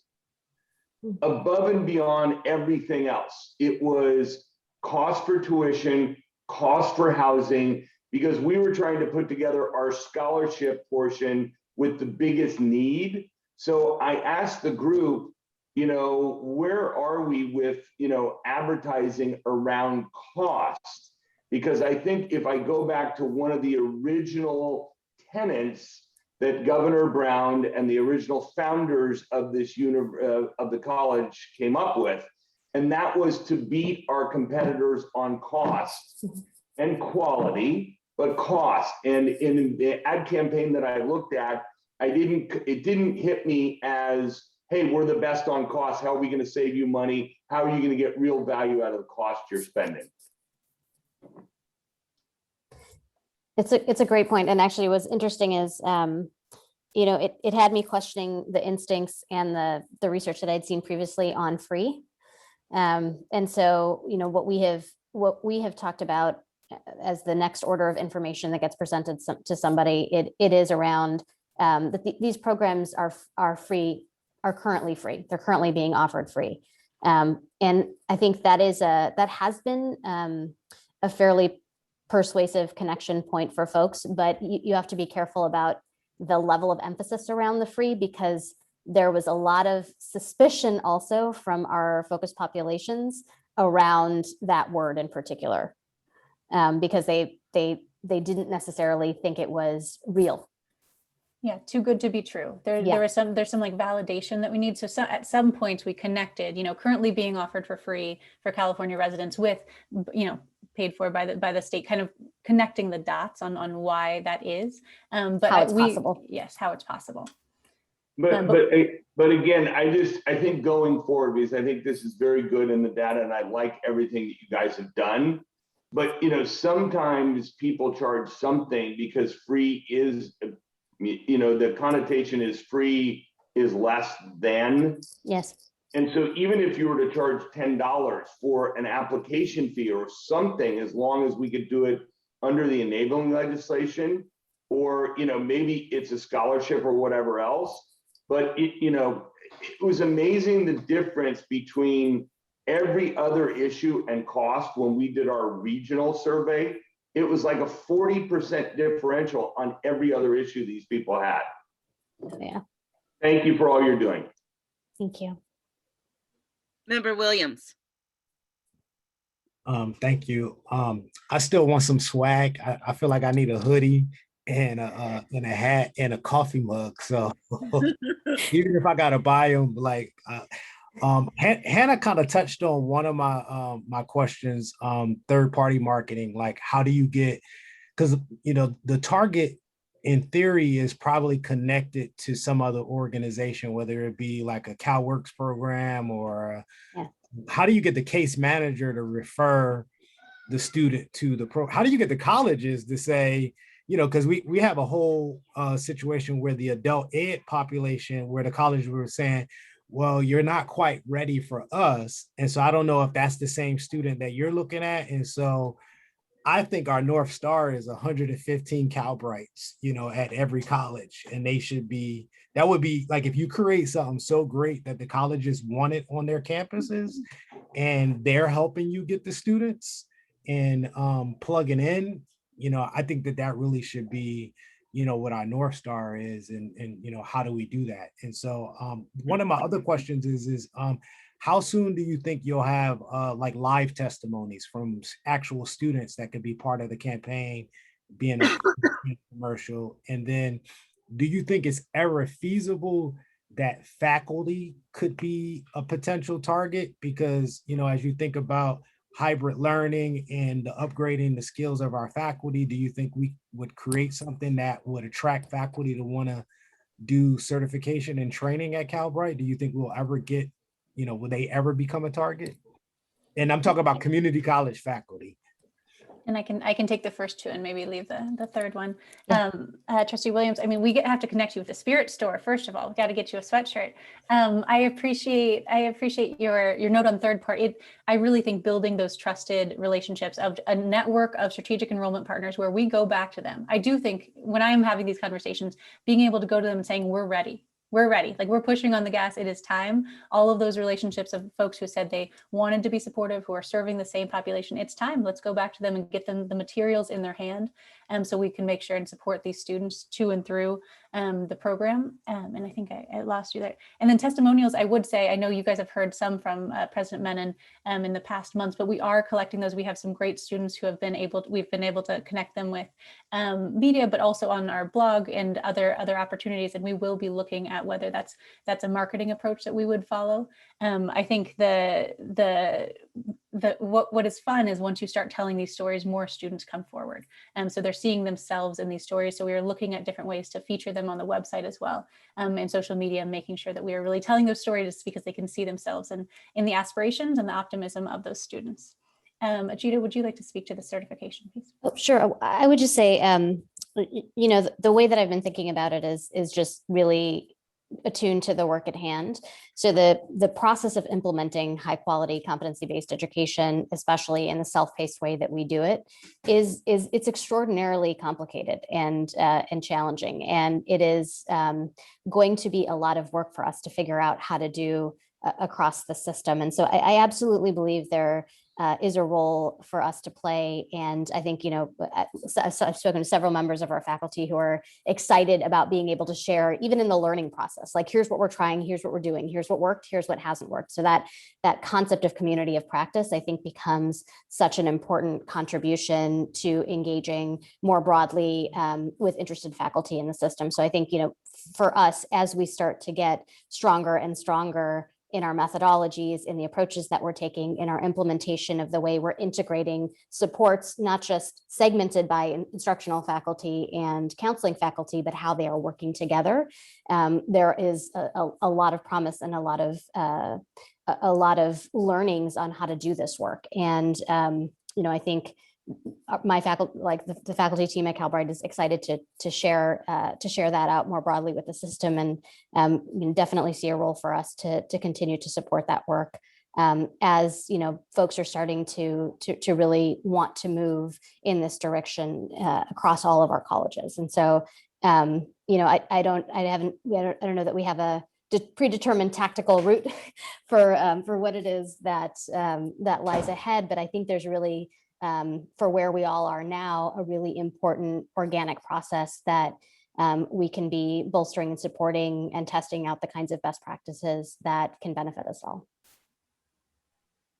So thank you for that. I want us to note the time. It's about 11:38. And I know I have two hands up for this particular item, and we've talked so glowingly about our faculty, so we don't want to shortchange them. So I'm going to take the last two questions. If you can be succinct, that would be great. Member Grande and then Member Fitzgerald. Thank you very much. I appreciate you allowing me the opportunity to just ask this question. If we are looking at the demographics for our working caregiver, aspiring professional, and justice involved, and we notice that the majority by ethnicity is white, Caucasian, and American, what are we going to do in our marketing campaign to reach to the other population groups for which we already decided we were going to be primarily focused? Yeah. And I would note, obviously, we are driven by the strategic, the strategic vision lays out an enrollment goal, but importantly, that 75% from our focus populations, which Jose mentioned as well. So I can let Jose speak to that, but just know that is central to all of our outreach efforts. Yeah, and in particular, I do want to note that the Hispanic population is going to be a key component of those targets too. It didn't come through in the, we just wanted to note, this is what the research indicated, that there was a large percentage of non-Hispanic white, but within all those segments, there is a significant diversity component. And particularly, I would note that that first target, the caregiver, heavily Hispanic, that is going to be a key audience. as well as there is African American representation there as well. So those priority audiences, we have the ability to also make sure that we are sort of awaiting our marketing also to make sure that we do reach particular populations, regardless of how large of a representation they are in the market sort of potential. So those two things I'll just note. Yeah, and I'll just add it, I'll double down on that. The other most important part of that is that we need to be tracking how that is going. And so the initial understanding that we have coming in from the market research becomes important, how we instrument our entire marketing operation going forward, and how that brings us closer to getting better at serving key demographics within our focus population. That's the sort of science of it. And that includes region, our regional approach will also be impacted by this. That, yeah. Also the content, the actual content in terms of representation within our marketing strategy, as well as the community-based organizations that we are going to be engaging and leveraging. So we hear that is a central focus for my team. So thank you. Board Member Fitzgerald. Thank you, President Haynes. I just with brevity wanted to reiterate Board Member Anderson's comments on cost and affordability. I think, personally, obviously, attending community college was a fiscal choice. And the affordability of community college from the perspective of students across the state, especially in Stockton, the overwhelming majority of students that I befriended at Delta College, it was a fiscal choice for them too. And so I do tend to Member Anderson's comments that maybe I totally understand the apprehension around the word free, especially just in the entire world of kind of the for-profit preying on people. And so I totally understand the apprehension there, but the word affordable is something I've heard come from many of my fellow students, and that I hope will pay a little more attention to in some of these marketing campaigns. Absolutely. Appreciate that. Thank you. Thank you. So I don't see any other hands up, so thank you.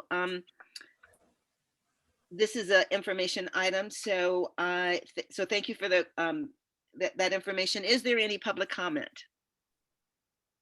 President Haynes, there is no public comment. All right, then we're going to go to our constituency group reports. The first one being Calbright Academic Senate report from Michael Stewart. Michael. Good morning, President Haynes and fellow trustee members. I hope you guys are doing well today. And President Haynes, I hope you get over what's happening to you right now. Me too. And take some rest, right? So we'll jump right into it. Thank you again for hearing from us. Calbright's Academic Senate is moving full steam ahead. We're trying to move just as fast as the college moves. And as you guys know, we call that a Calbright minute. So that's like we're dog years right now.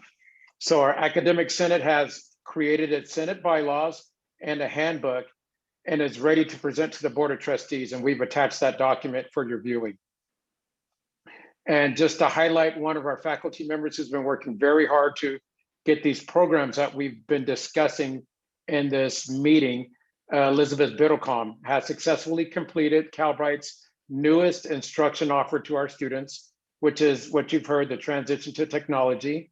And it's a CRM administration. And this course has the students enrolled in it and successfully working their way through the program with the help of Elizabeth and some of our other contract faculty.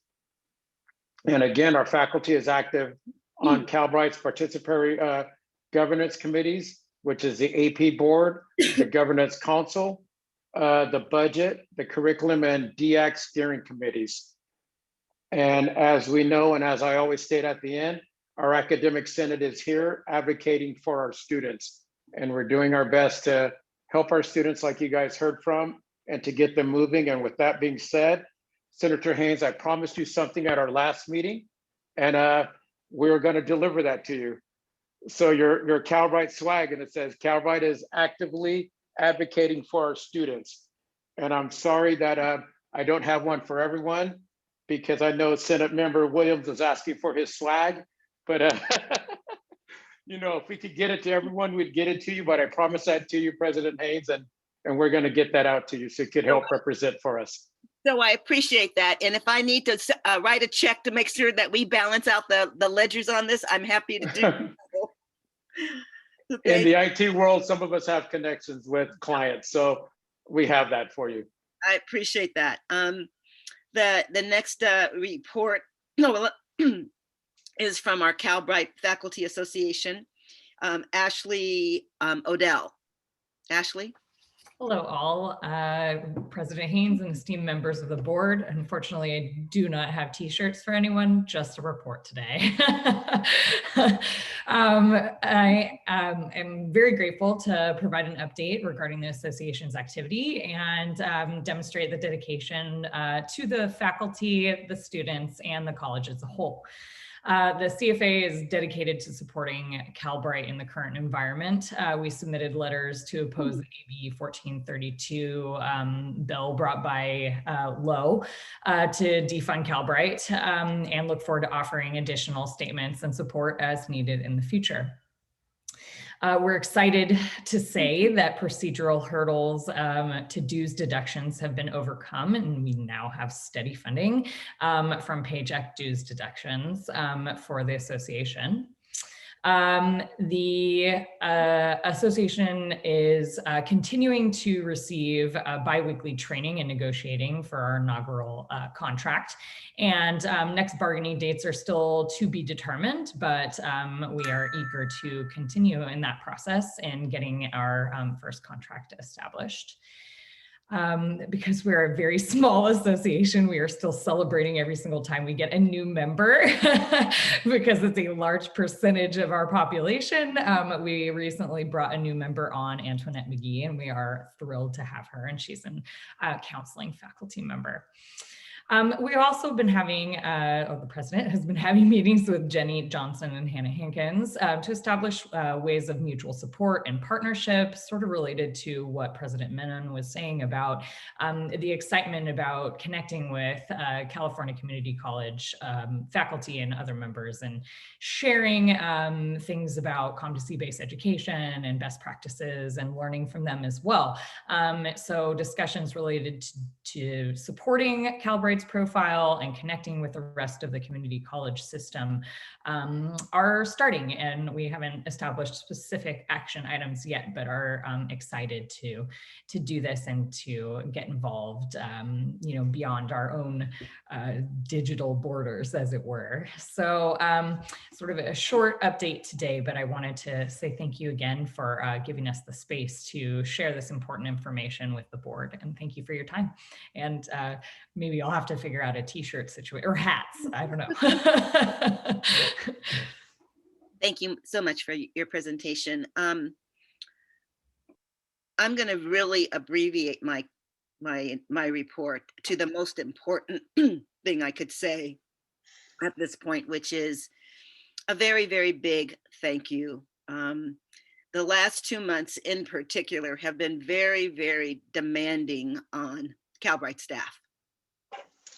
And I just, on behalf of my colleagues on the board, I've been witness to the commitment to letting no rock go unturned, letting no request go unanswered, letting no minute go unused on behalf of Calbright. And so my thank you is to the faculty, to the administration, the administrators, to the classified, and especially to the executive team, who just personified what it means to care about an institution that we're trying to build, and exemplifies who they're doing on, very clear on who they're doing this on behalf of. And that is the more than 8 million Californians who, for whatever reasons, have not been able to access the training that they need in order to live lives in which they don't have to worry about the next day.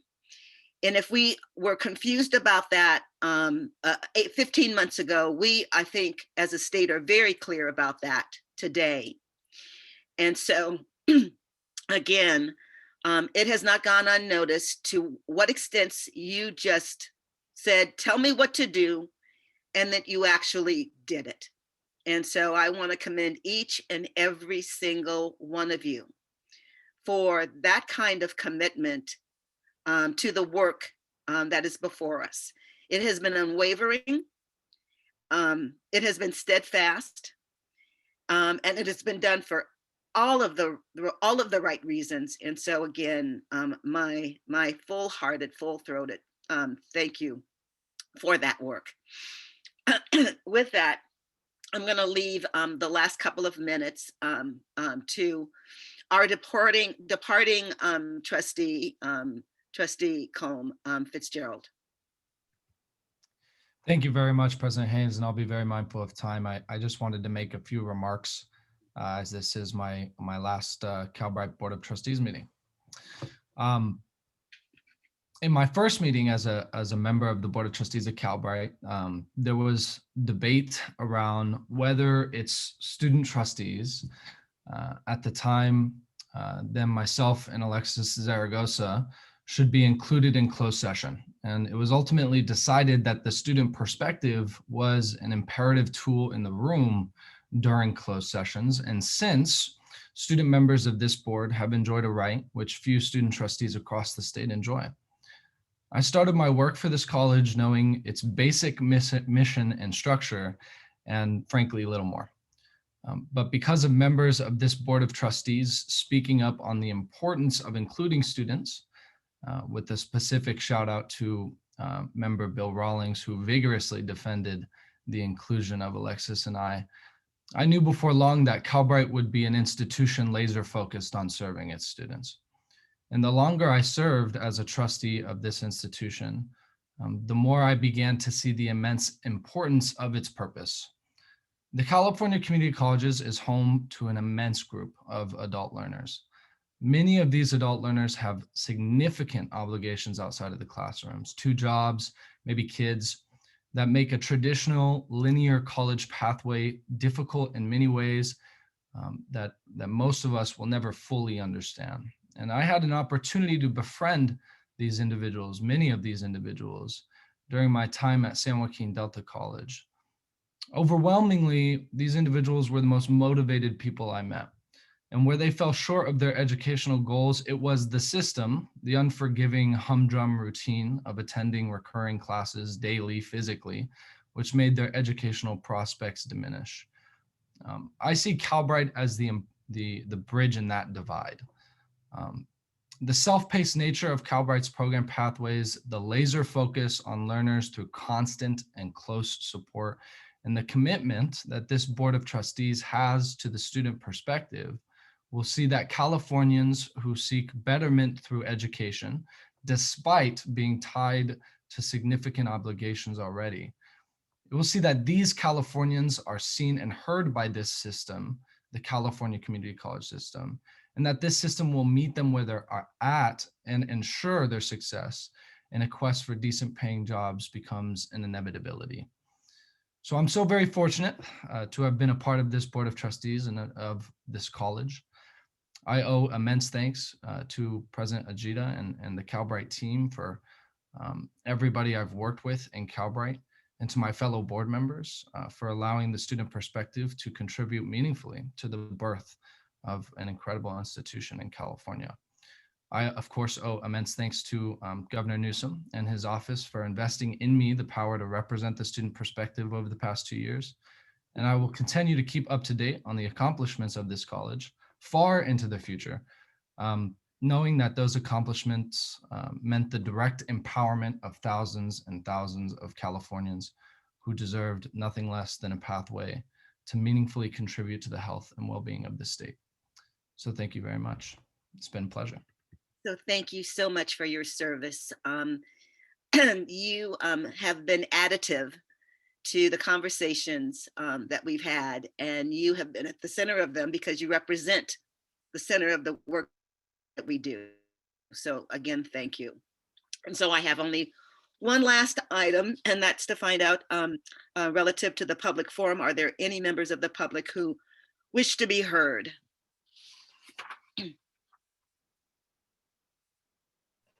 President Haynes, there is no public comment, no raised hands. So thank you. So with that, the business of the Board of Trustees is now complete and we can adjourn. And I want to thank my colleagues on this board for your participation, for your great questions. It's a pleasure to be here with you. We are now adjourned.